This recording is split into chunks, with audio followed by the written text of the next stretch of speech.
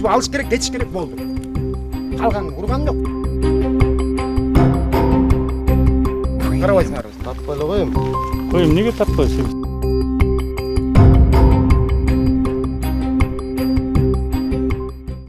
Май айында Чолпонбай Төлөбердиев атындагы сейил багы президенттин катышуусунда дүркүрөп ачылган. Бирок биринчи күндөн баштап эле сейил бактын жасалышына айтылган сын пикирлер арбын. Ал эми акыркы 5 күндүн ичинде 6 чоң бак кулап, тамыры менен омурулуп калды. Сейил бакка баш багып, бактардын кулашына сугаруу себеп болгонун көрдүк. Анткени арыктар жок экен, такыр жасалбаптыр. 5 күн бою тынбай аккан суудан көлчүктөр пайда болуп, бак тарактар сууда калып кеткен. Катуураак шамал болсо, алар дагы кулап калышы мүмкүн. Байке, азыр мондай сугарып атып, дагы кулашы мүмкүнбү шамал болсо? 100%. И дебейсизби? Эртең эртебеген келиңиз, могу жерден 5 бак кулайт дагы. Азыр ылдыйкысына жетпей атат. Мына монун тамырын караңызчы. Басып келип тартасыз ошону. Мына Түнүс көрсөтүп коюңуз. Кетти бул мына. Кулайт. Мына. Кетти. Септенин грунтунчу, кара топурагын кетти. Кара топурагын алып кетишкен. Тамыры чыгып калган. Сууну кое берди, былчылдап туруп атат. Ба көтөрө албай калды, кыйшайып турган. Анткени грунтты алып кетти да. Үстүндөгү грунт. Мына могуну тартсаңыз, грунттарын бүт алып кеткен. Буяктын баарын кантип алып кетти? Казып, грунтун алып кеткен. Тияка ылдый жака засыпать этишкен. Тияка бүт карасаңыз, могу жерде эмне деген токой эле бул. Вообще могу жерден караганда смазной көрүнүчү эмес. Просто адамча мамиле кылбай коюшту да. Буякта мына могу аварийный болду деген 60-70 жылдык бак. Мунун деген сиз айтып өтүп, могу үйдүн үстүндө турган. Биз көчөдөн айтканбыз, үйдүн үстүндө турат, астында суу жатат. Бул кыласа үйдү басат, үйдө кишилер бар. Десек макул деп бүгүн келип турду, тигине кыйк. Меники деле тигине жаңгактарым, өрүктөрүм бүт баары эле талкагандай. Келип талкап турсаңар десек, эмне кылабыз дейт. Болгон жеткен эмес ушул. Шаар тургуну Кадырбек Абдыраимовдун айтымында кала бийлиги алдын алуу иштерин жетишерлүү деңгээлде жүргүзбөйт. Кайдыгер мамиле кылышат. Коопсуздук жагы болсо такыр эле эске алынган эмес. Президент келип ачат, президент келип кеткенче гүл коелу, президент келип кеткенче мусул мактарды коелу, президент келип шыпырып, жууйлу, тазалайлы деди дагы. Болду, президент кеткенден унутулду.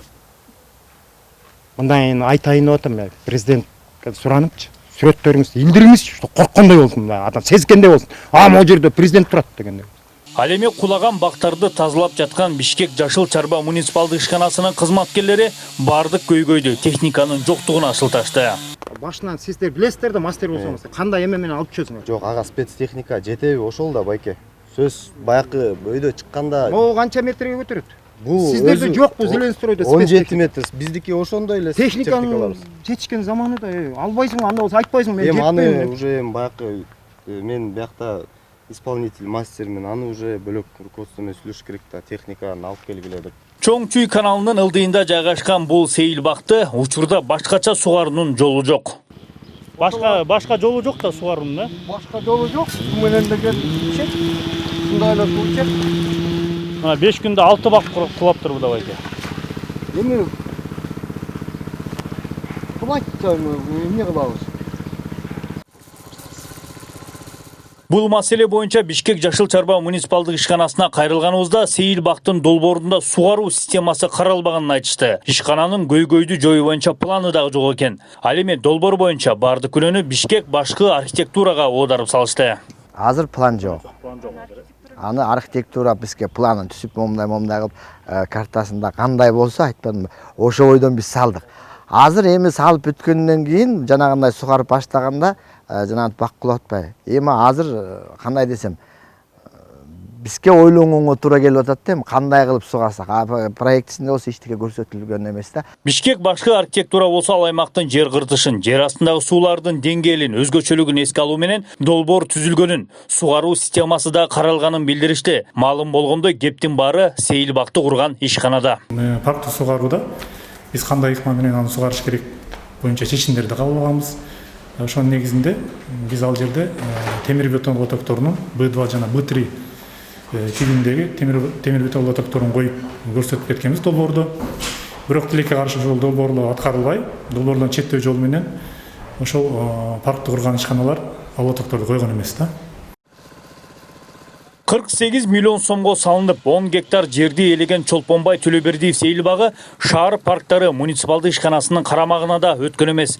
Анткени мүчөлүштүктөр арбын. Ирригация жок, мен албаймын. бул паркты, себеби мен сугара албаймын, бактарды карай албайм деп айттым. Ошондуктан мага сугат менен чөп алганды берген жок. Себеби бул эмеге акча бөлүнгөн жок, штат жок. Бул эксплуатацияга кирбеген да. Борборубузда сейил бактардын көбөйүп жатканы жакшы жышан, бирок миллиондор жумшалып, өтөсүнө чыкпай калганы өкүндүрөт. Азырынча сейил бактагы мүчүлүштүктөрдү ким жоет, жоопкерчиликти ким алат, белгисиз.